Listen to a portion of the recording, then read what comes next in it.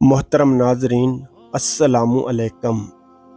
آج سے تقریباً 3000 سال قبل مصر پر ایک ظالم و جابر بادشاہ فرعون کی حکومت تھی، جو نہ صرف ایک جابر اور سرکش بادشاہ تھا بلکہ اس نے خدائی کا دعویٰ بھی کر رکھا تھا اور خدائے حقیقی کو للکارنے کی جرت کی تھی۔ فرعون نہایت ہی بدکار اور ظالم ترین شخص تھا۔ فرعون نے اپنی رعایا کو حکم دیا تھا کہ وہ اس کے آگے سجدہ کریں، اور جو کوئی بھی اسے سجدہ کرنے سے انکار کرتا وہ اس پر ظلم کے پہاڑ ڈھا دیتا، یہاں تک کہ اسے قتل کروا دیتا۔ اس زمانے میں اللہ نے اپنے سچے پیغمبر حضرت موسیٰ علیہ السلام کو مبعوث کیا، جنہوں نے بنی اسرائیل کو اللہ کی طرف دعوت دی اور انہیں جھوٹے خدا کی عبادت سے باز آنے کی ہدایت کی۔ لہٰذا خود فرعون کے محل میں موجود ایک خاتون نے موسیٰ علیہ السلام کے دین کو قبول کر لیا اور اس لا شریک اللہ پر ایمان لے آئی۔ اس خاتون کا نام تھا مشاطہ، جو فرعون کے محل میں خادمہ تھی۔ فرعون نے اسے اپنی بیٹی کی خدمت اور کام کاج کرنے پر مأمور کیا تھا۔ ایک دن کا واقعہ ہے کہ وہ خادمہ فرعون کی بیٹی کے بالوں میں کنگھی کر رہی تھی۔ کنگھی کرتے ہوئے اس کے ہاتھوں سے اتفاقاً کنگھی گر پڑی۔ وہ اٹھانے لگی تو اس کی زبان سے بے ساختہ بسم اللہ نکل گیا۔ اس پر شہزادی نے کہا، تو نے آج عجیب کلمہ بولا، رب تو میرے باپ فرعون ہی ہے، تو پھر تم نے یہ کس کا نام لیا؟ اس خادمہ نے جواب دیا کہ فرعون رب نہیں، بلکہ رب وہ اللہ ہے جو مجھے اور تجھے اور خود فرعون کو روزی دیتا ہے۔ شہزادی نے کہا، اچھا تو کیا تم میرے باپ کے سوا کسی اور کو اپنا رب مانتی ہے؟ اس نے جواب دیا، ہاں، میرا اور تیرے باپ سب کا رب اللہ ہی ہے۔ شہزادی نے اس بات کی اطلاع اپنے باپ کو دے دی۔ وہ نہایت ہی غضبناک ہوا اور اس نے اس باندی کو اپنے دربار میں بلایا۔ جب وہ حاضر ہوئی تو فرعون نے پوچھا، کیا تو نے میرے سوا کسی اور کو اپنا رب مان لیا ہے؟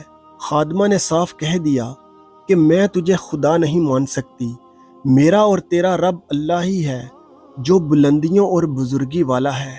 جواب سن کر فرعون حیرت زدہ رہ گیا۔ اسے اتنی استقامت اور جرت بھرے جواب کی امید نہ تھی۔ فرعون نے سوچا کہ اس عورت کو ایسی عبرت ناک سزا دینی چاہیے کہ اس طرح کی جرت دوبارہ کسی شخص کو نہ ہو۔ اسے پتا تھا کہ یہ عورت اپنے بچوں سے بے انتہا محبت رکھتی ہے، لہٰذا فرعون نے خادمہ کے بچوں کو اس دربار میں لانے کا حکم دیا۔ پھر فرعون نے سپاہیوں کو حکم دیا کہ ایک بڑی دیگ میں تیل کھولایا جائے۔ جب یہ دیگ خوب تپ گئی تو فرعون نے حکم دیا کہ اس عورت کے تمام بچوں کو ایک ایک کر کے اس کھولتی ہوئی تیل میں ڈال دیا جائے۔ فرعون کا حکم سنتے ہی اس عورت کی آنکھوں کے سامنے اندھیرا چھا گیا۔ خادمہ نے نہایت ہی صبر اور ہمت سے کام لیا۔ سپاہیوں نے اس خادمہ کے ایک بچے کو پکڑا اور اسے گھسیٹتے ہوئے لے جانے لگے۔ وہ بچہ پکارتے ہوئے اپنی ماں سے مدد طلب کرتا، کبھی سپاہیوں سے رحم کی بھیک مانگتا، کبھی فرعون کی طرف امید بھری نگاہوں سے دیکھتا۔ سپاہی اسے دھکیلتے اور گھسیٹتے ہوئے دیکھ کے قریب لے گئے۔ خادمہ اپنے بچے کی طرف محبت بھری نظروں سے دیکھ رہی تھی اور اسے الوداع کہہ رہی تھی۔ چند لمحات میں اس کے جگر گوشہ بچے کو کھولتے ہوئے تیل میں انڈھیل دیا گیا اور کچھ ہی لمحے میں اس معصوم کی ہڈیاں تیل کے اوپر تیرنے لگی۔ فرعون نے خادمہ کی طرف دیکھا اور کہا، اب اس نادیدہ خدا کو چھوڑ دو اور مجھے رب مان لو۔ خاتون نے دلیرانہ نظروں سے فرعون کی طرف دیکھا اور اسے خدا تسلیم کرنے سے انکار کر دیا۔ فرعون اس ثابت قدمی اور ہمت کو دیکھ کر دنگ رہ گیا۔ تھوڑی دیر میں اس کے دوسرے بچے کو بھی تیل میں ڈال کر ہلاک کر دیا گیا۔ اب سپاہی اس خاتون کے سب سے چھوٹے بچے کی طرف بڑھے جو شیر خوار اور معصوم تھا۔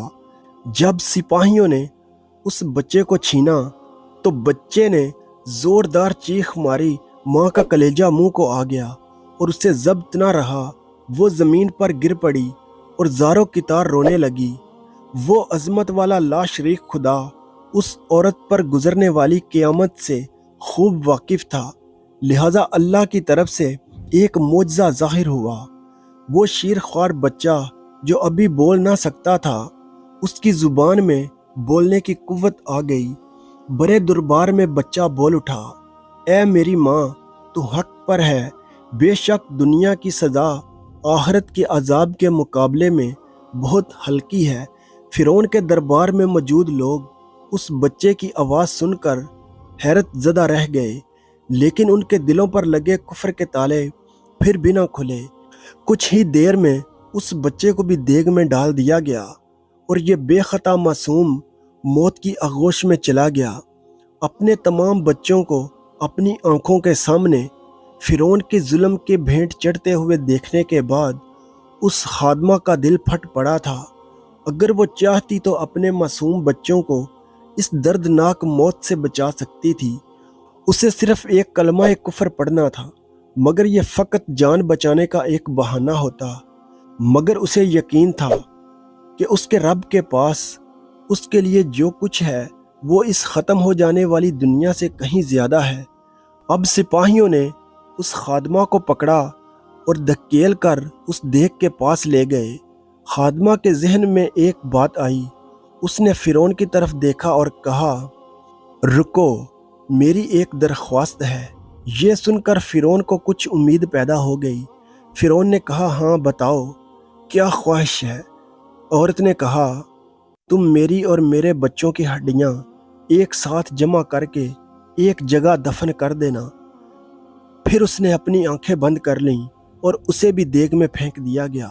اس واقعہ کے 2000 سال کے بعد آخری نبی حضرت محمد صلی اللہ علیہ وسلم اس دنیا میں تشریف لائے۔ آپ کو ایک رات معراج کے سفر پر لے جایا گیا۔ معراج کی رات جب نبی کریم صلی اللہ علیہ وسلم براق پر سوار ہو کر بیت المقدس پہنچے تو آپ کو مصر کی طرف سے ایک خوشبو آنے لگی۔ حضور نے جبرائیل سے پوچھا، اے جبرائیل، یہ کتنی اچھی خوشبو ہے، یہ کیسی خوشبو ہے؟ جبریل امین نے عرض کیا کہ یا رسول اللہ صلی اللہ علیہ وسلم، فرعون کی ایک باندی تھی جس نے ایمان کی خاطر اپنی اور اپنی بچوں کی جان کا سودا کیا تھا۔ اس کی اور اس کے بچوں کی ہڈیوں کو جہاں دفنایا گیا تھا، جس دن انہیں دفنایا گیا اس دن سے لے کر آج تک خوشبو آ رہی ہے اور یہ قیامت تک آتی رہے گی۔ بے شک ہم خوش قسمت ہیں کہ اللہ نے ہمیں ایمان کی دولت سے نوازا، جس ایمان کو پانے کے لیے لوگوں نے اپنی اور اپنی اولادوں کی جان کے نذرانے پیش کر دیے، جبکہ ہمیں کتنی آسانی سے یہ دین و ایمان مل گیا۔ دوستو، اگر ویڈیو اچھی لگی ہو تو ویڈیو کو لائک کریں اور چینل کو سبسکرائب کریں۔ شکریہ۔